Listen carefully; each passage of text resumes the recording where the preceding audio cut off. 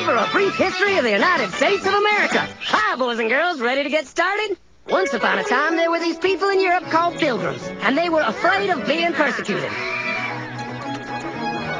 So they all got in a boat and sailed to the New World where they wouldn't have to be scared ever again. Oh, I'm so relaxed. I feel so much safer. But as soon as they arrived, they were greeted by savages, and they got scared all over again.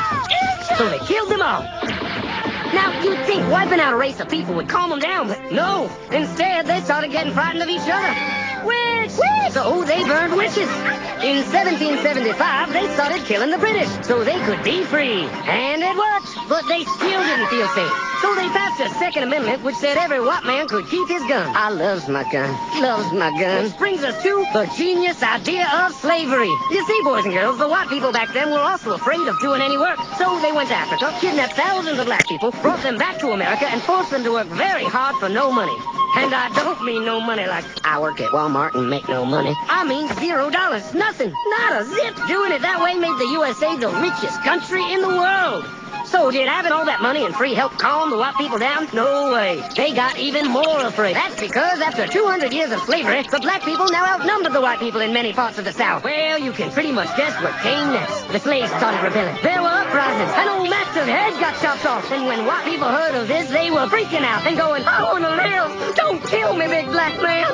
Well, just in the nick of time came Samuel Colt, who in 1836 invented the first weapon ever that could be fired over and over without having to reload. And all the southern whites were like, yeehaw! But it was too late. The North soon won the Civil War and the slaves were freed. Yep, they were free now to go chop all the old masters' heads off. And everybody was like, oh no, we're gonna die. But the freed slaves took no revenge.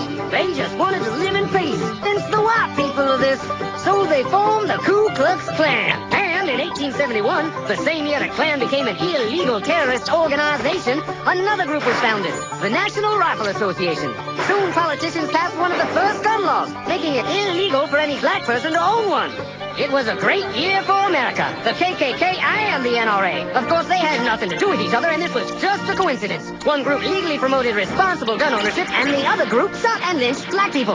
And that's the way it was all the way to 1955, when a black woman broke the law by refusing to move to the back of the bus. White people just couldn't believe it. Well, I won't say no. What's going on? Man, all hell broke loose. Black people everywhere started demanding their rights, and white people had a major freaky feel meltdown. And they were all like, run away! Run away!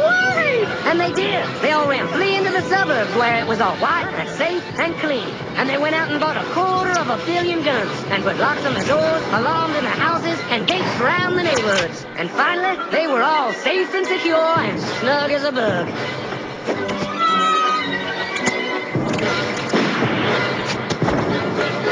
And everyone lived happily ever after.